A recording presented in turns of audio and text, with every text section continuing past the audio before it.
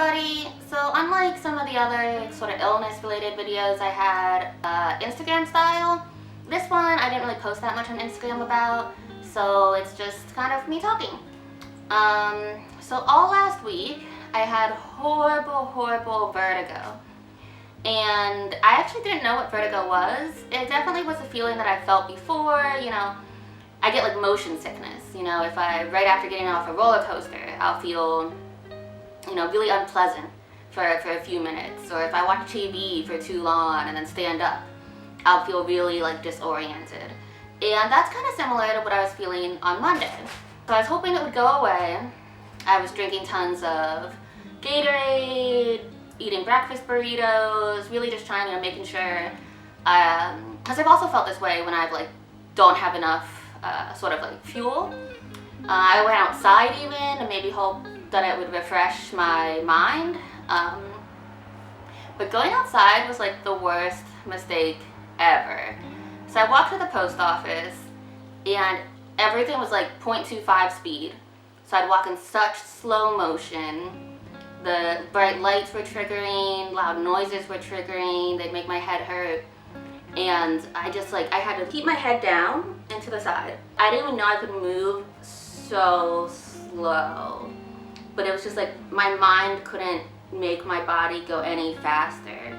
It took me like 40 minutes to walk like 0.5 miles. So I got home and I was like, okay, like something's wrong, but hopefully it will go away. I had a doctor's appointment for thyroid issues later that day, so I figured, you know, I'll go there. And that's when it kind of hit a point where I was like, I'm probably not okay. You know, I look the worst in the cancer center, which like says something. You know, I almost asked for transport to get to the office, but they didn't have anyone that was at the transport desk. So I'm just like inching along, hunched over in the office. Finally get there, they check me in, and I'm trying to keep up with like the nurse, so I try to stand up straight, try to look forward, walk at a faster pace, and I just like wobble and hit the wall. So I'm like, okay, like I can't walk well. So I get to the thyroid doctor, and I'm like, I have a list prepared of things I want to talk to her about. And she's like, hey, like, let's really focus on your acute symptoms. I think I should really send you to the ER. She even tried this like follow my finger thing, and I could not. Like, it was just, fast motions aren't not helpful for my mind when I'm in that state.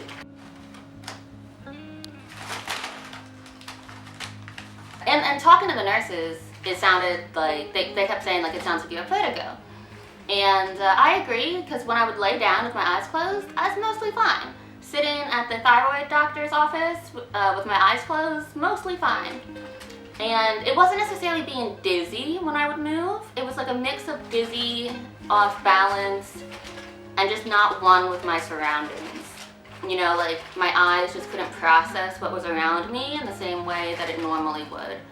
And just off balance. You know, like it's not like the world was spinning, but I wasn't really able to go forward well either. So they finally got transport, took me to the ER, and their concern was you're having a stroke.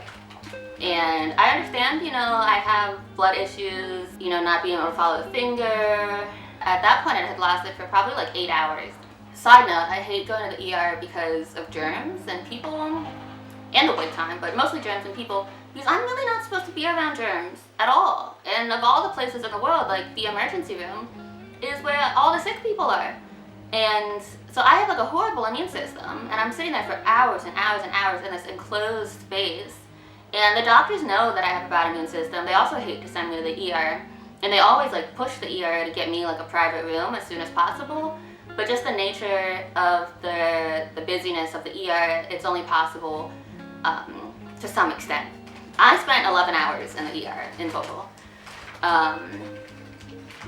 But so yeah, so fast forward in the ER forever. They give me anti-vert, which is great for vertigo issues, and it did help to some extent. I'd say like it helped like 95% of the way. They did scans of my sinuses, my head, my chest, The scan showed up more or less fine. There's some issues with my sinuses, and said, you know, hey, yes, vertigo is really unpleasant. With the medicine, you look better. This is not an emergency. This is something you should follow up with your oncologist. And I agreed, and you know, part of me was sort of like, wow, I was just in the ER for 11 hours for them to say it's not an emergency. Like, I kind of knew that. I didn't even, like, well, I'm glad I went either way. I'm glad I got the test just in case. And I'm glad it wasn't something that was an emergency. So really, it's the best case scenario. The hardest and most annoying part about vertigo is that it can be caused by so many things. And the medicine antivert treats the symptoms, not the cause. So before I even went to the doctors, I was like, this is steroid withdrawal. Like, steroid withdrawal just messes up my body. And it wasn't like a physical thing, it was more like a neurological thing. So I was like, steroid withdrawal sucks. I did make an Instagram post about that. So at first I thought it was steroid withdrawal. And hormone imbalances can cause vertigo. Actually, the ER doctors were leaning towards it being steroid withdrawal also. But was a little skeptical overall because I've been tapering steroids very, very, very slowly. I was on 10 milligrams every other day for over a month. But then, considering hormones, also post-transplant, bone marrow transplant can push you into menopause. And I was like feeling just a little more emotional that day, just like a little off in everything that day. And I was like, hey, I have other symptoms that could correlate to menopause. And maybe that's it. But I never fully believed it was a stroke, but of course rule out the worst symptom, the worst cause, so glad we looked into stroke.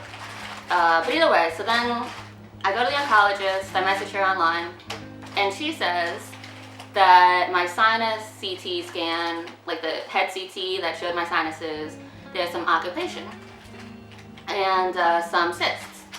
And so she said, we think that vertigo is more related to ear, nose, throat doctors. We're sending you to ENT. So ENT said, no, like sinusitis would not cause vertigo. More like an ear problem would cause vertigo, not like a sinus problem. But either way, I was there already. So he looked at my nose, he checked my ears, he did some balance tests. But that time I was actually already feeling a little better. But he said nothing really to worry about. Maybe the inflammation in my nose is just left over from the sinus infection I had a long time ago. I did happen to also meet with a psychiatrist, unrelated to vertigo, but I was switching over anxiety meds, especially for IVs. So I skipped this part of the story, but I hate IVs. And I thought I had gotten over my anxiety about them, but really it was just the anxiety meds.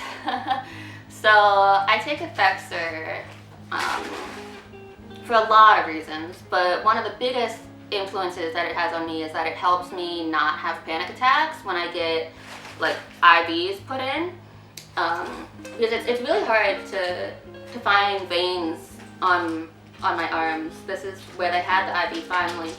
It took 5 nurses and doctors and technicians in the ER to get in this IV.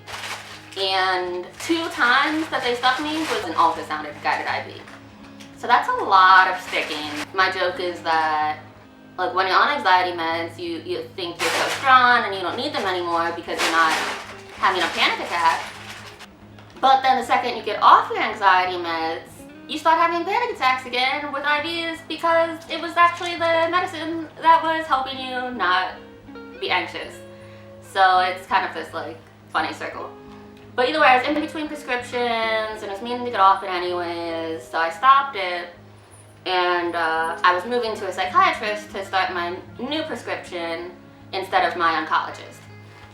So I met with my psychiatrist and I tell her like about my this whole vertigo situation, and she was saying, oh wow, you should have never stopped your venlafaxine, your Effexor, because that can cause like really severe flu symptoms in people, like kind of go through a withdrawal.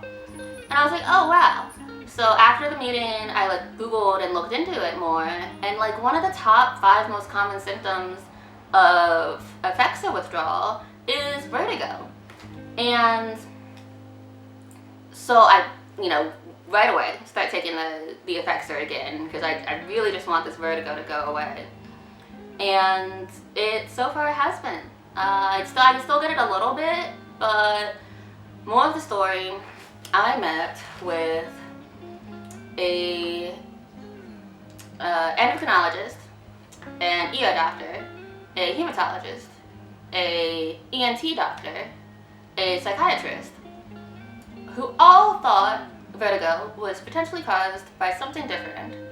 And it's crazy how many things and how many people, like, just how many options there can be for what causes vertigo. But okay, thanks for listening to my rant, and thanks for watching. Check back next week for another video.